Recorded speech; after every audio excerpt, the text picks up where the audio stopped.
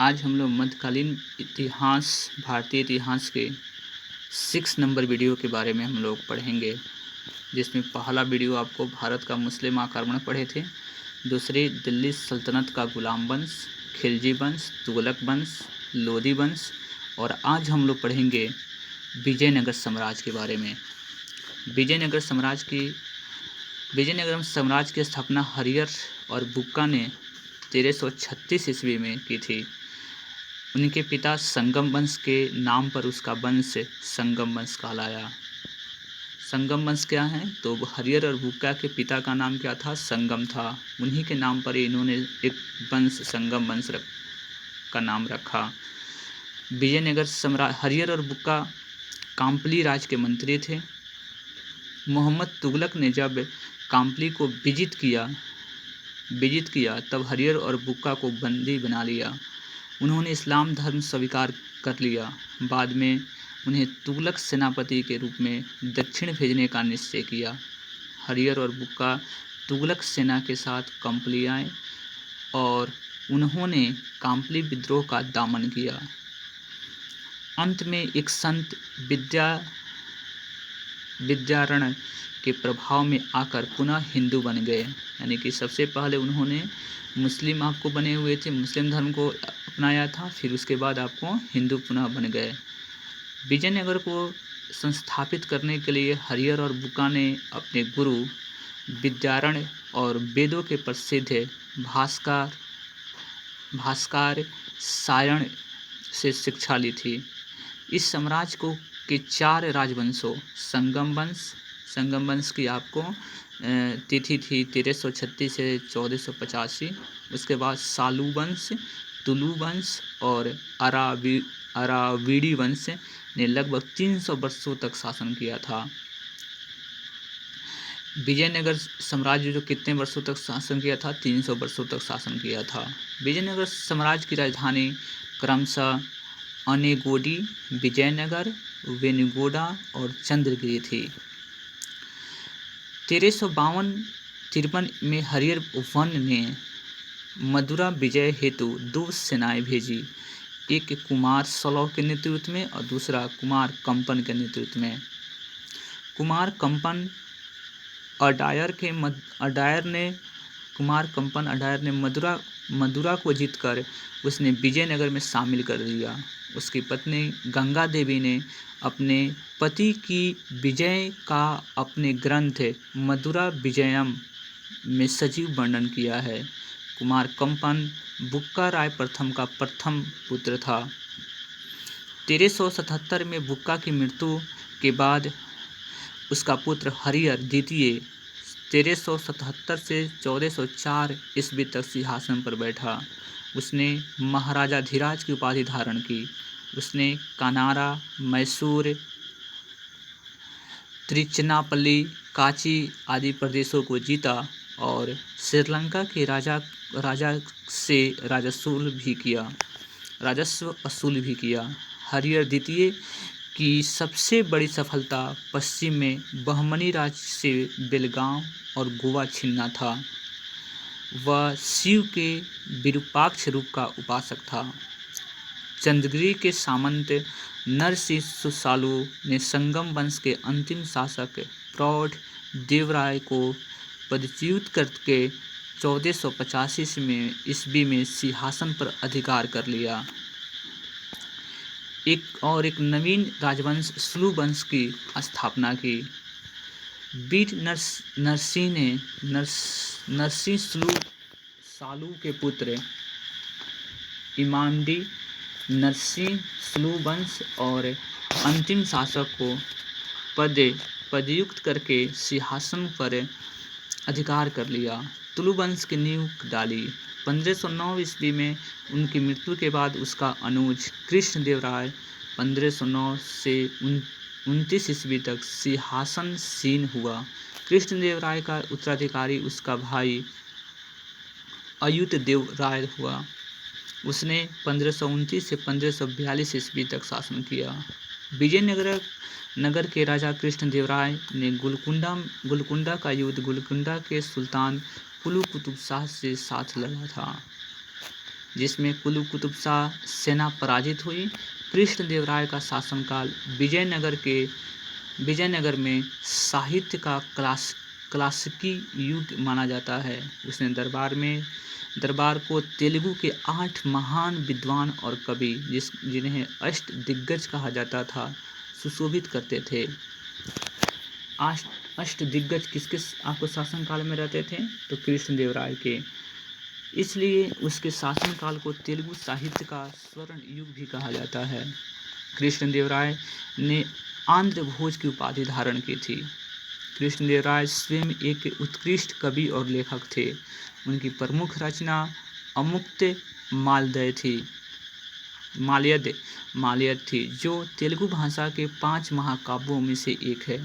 उसने नागलपुर नामक नगर की स्थापना की। उसने हजारा और विट्ठल स्वामी मंदिर का भी निर्माण कराया। हजारा और विट्ठल स्वामी मंदिर का निर्माण किसने कराया था? तो कृष्णदेवराय द्वितीय ने।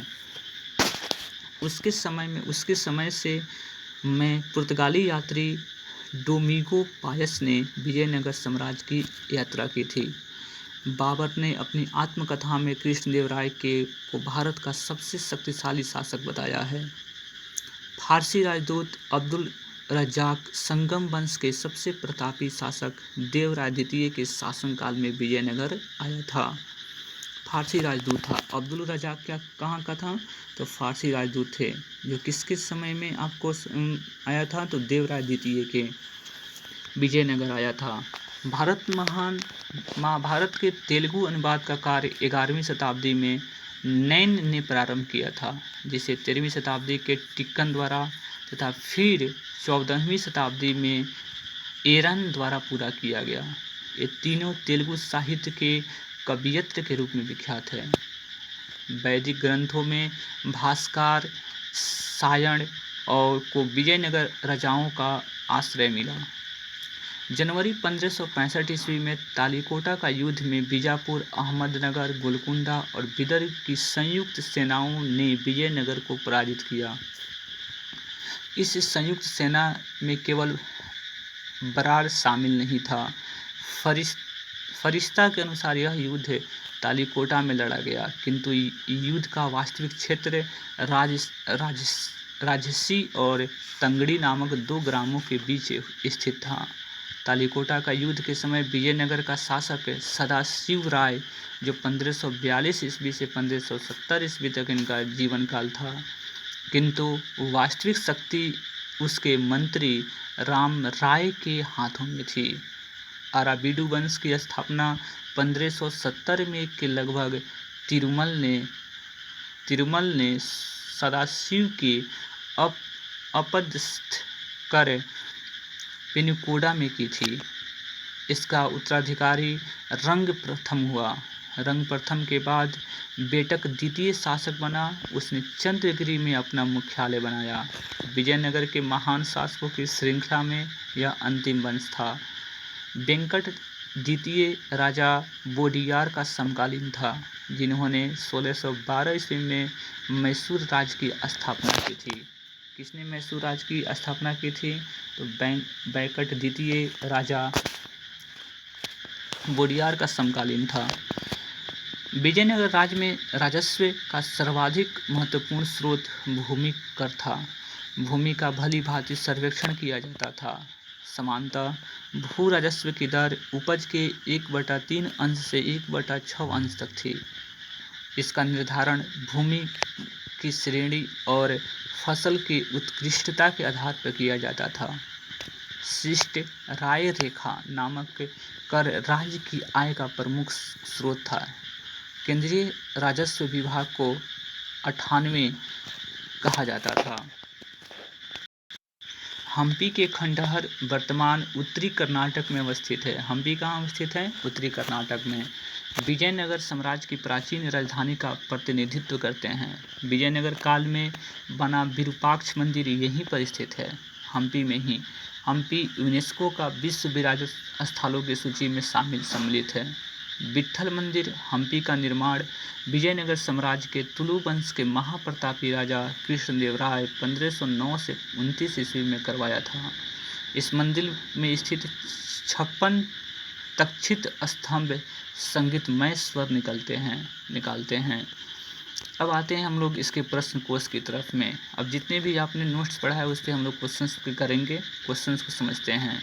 विजयनगर राज्य की स्थापना किसने की थी? विजयनगर राज्य की स्थापना आपको हरियर एंड बुक्का ने किया था। तो विजयनगर राज्य की स्थापना हरियर एंड बुक्का ने कब की थी? तो 1336 ईस्वी में की थी। इसके पिता संगम के नाम पर उनका वंश संगम वंश कहलाया। हरियर और बुक्का कामपिली राज्य के मंत्री थे। विजयनगर राज्य के संस्थापक कौन थे? तो हरियर एंड बुक्का। इनमें से किसने कृष्णा नदी की सहायक नदी के दक्षिणी तट पर एक नए नगर का स्थापना की और उस देवता के प्रतिनिधित्व के रूप में अपने नए राज्य का शासन करने का दायित्व लिया, जिसके बारे में यह माना जाता है कि कृष्णा नदी से दक्षिण की समस्त भूमि उस देवता की है। वो कौन सी किसने आपको किया था? तो हरिहर प्रथम ने किया था। हरिहर प्रथम ने कृष्णा नदी के सहायक नदी तुंगभद्रा के दक्षिणी तट पर एक नए नगर विजयनगर की स्थापना की। उस देवता के प्रतिनिधित्व के रूप में इस नए राज्य का शासन करने का दायित्व लिया, जिसके बारे में माना जाता है कि कृष्णा नदी से दक्षिण की समस्त भूमि उस देवता भगवान विरूपाक्ष की है। तो किसने किया था? हरिहर प्रथम ने किया था। अपनी मदुरा विजय की कृति में अपने पति की विजय अभियानों का वर्णन करने वाली कवित्री कौन थी? उस कवित्री का नाम क्या है? तो उस कवित्री का नाम आपके पास मिलेगा गंगा देवी। अर्थात इसके डिस्क्रिप्शंस को थोड़ा सा समझ लेते हैं। 1352 से 53 में हरिहर प्रथम ने मदुरा विजय हेतु 2 सेनाएं भेजी, एक कुमार सवल के नेतृत्व में और दूसरा कुमार कंपन के नेतृत्व में। कुमार कंपन अडयार ने मदुरा को जीतकर उसे विजयनगर में शामिल किया और उसकी पत्नी गंगा देवी ने अपने पति की विजय में अपने ग्रंथ मदुरा विजयम में सजीव वर्णन किया है। कुमार कंपन बुक्का राय प्रथम का पुत्र था। कुमार कंपन बुक्का राय प्रथम का पुत्र था। विजयनगर के उस पहले शासक को पहचान करें जिसने बहमनियों से गोवा को छीना। तो आपको ऑप्शन नंबर हरिहर द्वितीय ने आपको बहमनियों से गोवा को छीना था। 1317 ईस्वी में बुक्का की मृत्यु के बाद उसका पुत्र हरिहर द्वितीय, जो 1377 से 1404 ईस्वी तक रहा, वह सिंहासन पर बैठा। उसने महाराजा धीराज की उपाधि धारण की थी। हरिहर द्वितीय ने उसने कनारा, मैसूर, त्रिचनापल्ली, कांची आदि प्रदेशों को जीता और श्रीलंका के राजा से राजस्व वसूल किया। बहमनी राज्य में से भी उसका संघर्ष हुआ। 1377 ईस्वी में सुल्तान मुजाहिद ने उसके राज्य पर आक्रमण किया किंतु असफल हुआ। हरिहर द्वितीय की सबसे बड़ी सफलता पश्चिम में बहमनी राज्य को बेलगांव और गोवा को छीनना था। वह शिव के विरूपाक्ष रूप का उपासक था।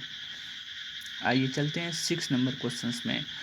निम्न कथनों पर विचार करिए। नरसिंह सालू ने संगम वंश का अंत किया और उसने राज सिंहासन छीनकर सालू वंश का आरंभ किया। दूसरा है, वीर नरसिंह ने अंतिम सालू शासक की गद्दी से उतारकर राज सिंहासन छीना। तीसरा है, वीर नरसिंह के उत्तरवर्ती उनके अनुज कृष्णदेवराय थे। कृष्णदेवराय के उत्तरवर्ती उनके अर्ध भाई अच्युत देवराय थे। तो ऑप्शन नंबर इसमें डी सही है, लेकिन चारों ऑप्शंस बिल्कुल क्या हैं? सही हैं। तो चंद्रगिरी के सामंत नरसिंह स्लू ने संगम वंश के अंतिम शासक विरूपाक्ष द्वितीय को पदच्युत करके 1485 ईस्वी में सिंहासन पर अधिकार कर लिया और एक नवीन राजवंश सालू वंश की स्थापना की। उसने 6 वर्षों तक शासन किया। वीर नरसिंह ने नरसिंह सालू के पुत्र नरसिंह सालू वंश का अंतिम शासक को पदच्युत करके सिंहासन पर अधिकार कर लिया और तुलु वंश की नींव डाली। 1509 ईस्वी में उसकी मृत्यु के बाद उसका अनुज कृष्णदेवराय 1509 से 29 में सिंहासनसीन हुआ। कृष्णदेवराय का उत्तराधिकारी उसका चचेरा अर्ध भाई अच्युत देव राय हुआ, जिसने 1529 से 1542 ईस्वी तक शासन किया। अतः उपयुक्त सभी कथन सत्य है। अब आते हैं हम लोग 7वें नंबर क्वेश्चन पे। विजयनगर के राजा कृष्णदेवराय ने गोलकुंडा का युद्ध किस राजा के साथ लड़ा हुआ था? विजयनगर के राजा कृष्णदेवराय ने गोलकुंडा का युद्ध कुली कुतुब शाह से लड़ा था। विजयनगर के राजा कृष्णदेवराय ने गोलकुंडा के सुल्तान कुली कुतुब शाह से लड़ा था। गोलकुंडा के कुली कुतुब शाही वंश का स्थापना कुली कुतुब शाह ने की थी। जब कृष्णदेवराय उड़ीसा के साथ युद्ध में व्यस्त था, तब कुतुब शाह ने विजयनगर की सीमा पर स्थित पांगल और गंटूर के दुर्ग पर आक्रमण कर दिया। वारंगल कोडविदु आदि के किले जीत लिए। इसके पश्चात उसने विजयनगर पर आक्रमण करने का प्रयास किया। कृष्णदेवराय और कुतुब शाह के बीच संघर्ष हुआ, जिसमें कुतुब शाह की सेना पराजित हुई। कृष्णदेवराय के दरबार में अष्टदिग्गज कौन थे? तो 8 तेलुगु कवि थे। तेलुगु कवियों को उन्होंने अष्टदिग्गज बनाया था, मतलब 8 विद्वानों को, जो तेलुगु कवि थे। कृष्णदेवराय का शासनकाल विजयनगर के साहित्य का क्लासिकी युग माना जाता है। उसके दरबार में तेलुगु के 8 महान विद्वान और कवि, जिन्हें अष्टदिग्गज कहा जाता है, सुशोभित करते थे। इसलिए उसके शासनकाल को तेलुगु साहित्य का स्वर्ण युग भी कहा जाता है। कृष्णदेवराय को आंध्र भोज की उपाधि धारण की थी। अष्टदिग्गज तेलुगु कवियों को पेडाना स्वर प्रमुख था, जो संस्कृत और तेलुगु दोनों भाषाओं का ज्ञाता था। उसकी प्रमुख रचनाएं स्वारा, रोचित संभव और मनु चरित्र है। कृष्णदेवराय स्वयं एक उत्कृष्ट कवि और लेखक थे। उनकी प्रमुख रचना अमुक्त मालदय थी, जो तेलुगु भाषा के 5 महाकाव्यों में से एक है। इनके अतिरिक्त कृष्णदेवराय को कला और निर्माण कार्य में रुचि थी। उसने नागलपुर नामक नगर की स्थापना की थी। इनमें से किसे आंध्र भोज भी कहा जाता है? आंध्र भोज कृष्णदेवराय को कहा जाता है, इसलिए ऑप्शन नंबर ए सही हो जाएगा। अष्टदिग्गज किस राजा से संबंधित है? तो कृष्णदेवराय से। प्रसिद्ध विजयनगर शासक कृष्णदेवराय के अधीन किस साहित्य का स्वर्ण युग था? तो तेलुगु का कि तमिल का? तो आपको तेलुगु का। कृष्णदेवराय ने किस नगर की स्थापना की थी? तो नागलपुर की। तो ऑप्शन नंबर क्या हो जाएगा? बौद्ध। विजयनगर की प्रसिद्ध हजारा मंदिर किसके शासनकाल में निर्मित हुआ था? हजारा मंदिर आपको कृष्णदेवराय के शासनकाल में हुआ था। विजयनगर का प्रसिद्ध हजारा मंदिर कृष्णदेवराय के शासनकाल में निर्मित हुआ था। अब्दुल रज्जाक विजयनगर आया था, किसके शासनकाल में आया था? तो देवराय द्वितीय के शासनकाल में अब्दुल रज्जाक विजयनगर आया था। फारसी राजदूत अब्दुल रज्जाक संगम वंश के शासक देवराय द्वितीय के काल में विजयनगर आया था। फारसी यात्री अब्दुल रज्जाक भारत के किस राजा के शासनकाल में आया था? अब्दुल रज्जाक। तो बताइए, देवराय द्वितीय। इसलिए ऑप्शन नंबर क्या हो जाएगा? इसमें सी हो जाएगा। 16 नंबर क्वेश्चन है कि निकोलो कांटी क्या था? निकोलो कांटी एक इटली का यात्री था, जिसने विजयनगर साम्राज्य की यात्रा की थी। निकोलो कांटी कहाँ का यात्री था? इटली का। तो आइए इसके डिस्क्रिप्शंस को हम लोग समझते हैं। निकोलो कांटी इटली का यात्री था। उसने देवराय प्रथम के शासनकाल में विजयनगर साम्राज्य की यात्रा की थी। निकोलो कांटी ने नगरों और मनाए जाने वाले प्रमुख त्योहारों दीपावली, नवरात्र आदि का वर्णन किया। उसने दास प्रथा का विस्तृत विवरण दिया है। निकोलो कांटी ने लिखा है, विजयनगर साम्राज्य में विशाल संख्या में दास हैं। जो कर्जदार अपना ऋण अदा नहीं कर पाते, उन्हें ऋणदाता अपना दास बना लिया जाता है। यह निकोलो कांटी का स्टेटमेंट था। निम्नलिखित में से कौन 17 नंबर क्वेश्चन, निम्नलिखित में से कौन सा महाभारत में तेलुगु अनुवादों के लिए विख्यात है?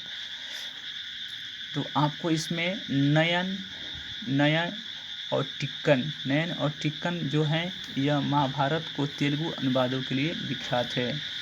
महाभारत के तेलुगु अनुवाद का कार्य 11वीं शताब्दी के ननय ने प्रारंभ किया था, जिसे 13वीं शताब्दी के टिक्कन द्वारा फिर 14वीं शताब्दी में एरन द्वारा पूरा किया गया।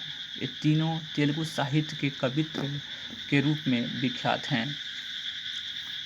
18वें नंबर क्वेश्चन, वैदिक ग्रंथों के भास्कर सायण को आश्रय प्राप्त था।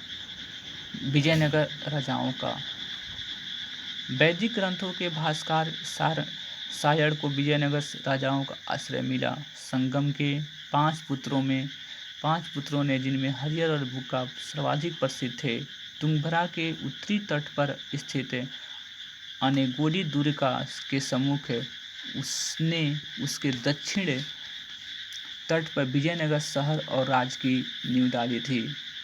अपने इस साहसी कार्य के लिए उन्हें तत्कालिक प्रसिद्ध ब्राह्मण, साधु और विद्वान माधव विद्यारण्य और उनके भाई वेदों के प्रसिद्ध भास्कर सारण से प्रेरणा मिली थी। वैदिक ग्रंथों के प्रसिद्ध 19 नंबर क्वेश्चन सामने आए। वैदिक ग्रंथों के प्रसिद्ध भास्कर सारण निम्न में से किस काल में सक्रिय थे? तो विजयनगर राजकाल में। भास्कर सारण जो थे वो आपको प्रसिद्ध थे, वैज्ञानिक प्रसिद्ध, आपको वेदों के प्रसिद्ध कवि थे। वो विजयनगर राजकाल में उनका उदय हुआ था। 20वें नंबर क्वेश्चन में निम्नलिखित में से किसके राजारोहण को अब 500 वर्ष गुजर गए हैं? तो कृष्णदेवराय का राजारोहण 1509 ईस्वी में हुआ था। उसने 1529 ईस्वी में शासन किया। अब वह विजयनगर साम्राज्य का महानतम राजा और भारत के महान शासकों में से एक था। हरिहर प्रथम 1336 से 1356 में और बुक्का विजयनगर साम्राज्य के संस्थापक थे। पूर्वी चालुक्य वंशीय राजेंद्र द्वितीय कुलोत्तुंग प्रथम के नाम से चोल साम्राज्य का सम्राट बना। कुलोत्तुंग प्रथम चोल शासक राजेंद्र प्रथम का पौत्र था। प्रश्नानुसार वर्ष 2008 में कृष्णदेवराय ने राजारोहण के 500 वर्ष पूरे हुए थे। यद्यपि हरिहर प्रथम और कुलोत्तुंग प्रथम के राजारोहण को भी 500 वर्ष गुजर गए हैं। 1565 ईस्वी में प्रसिद्ध युद्ध कौन हुआ था? 1565 में इस ईस्वी में तालीकोटा का युद्ध हुआ था। तालीकोटा का युद्ध कब हुआ था? 1565 ईस्वी में। तो तालीकोटा का युद्ध किसके बीच में हुआ था? चलिए इसके बारे में थोड़ी सी डिस्कस कर लेते हैं। 1565 ईस्वी में तालीकोटा का प्रसिद्ध युद्ध विजयनगर, अहमदनगर, गोलकुंडा और बीदर के संयुक्त सेनाओं ने विजयनगर को पराजित किया। इस संयुक्त सेना ने केवल बरार शामिल नहीं था। फरिश्ता के अनुसार यह युद्ध तालीकोटा में लड़ा गया, किंतु यह युद्ध का वास्तविक क्षेत्र राक्षसी और तंगड़ी नामक 2 ग्रामों के बीच स्थित थी। तालीकोटा का युद्ध के समय विजयनगर का शासक सदाशिव राय था, किंतु वास्तविक शक्ति उसके मंत्री रामराय के हाथों में थी। रामराय एक योग्य शासक था। उसने बहमनी राज्यों को मुस्लिम शासकों में मध्य फूट डालने का प्रयास किया, किंतु सफल नहीं हुआ। तालीकोटा के इसी युद्ध में हुसैन निजाम शाह ने अपने हाथ से रामराय का वध कर दिया।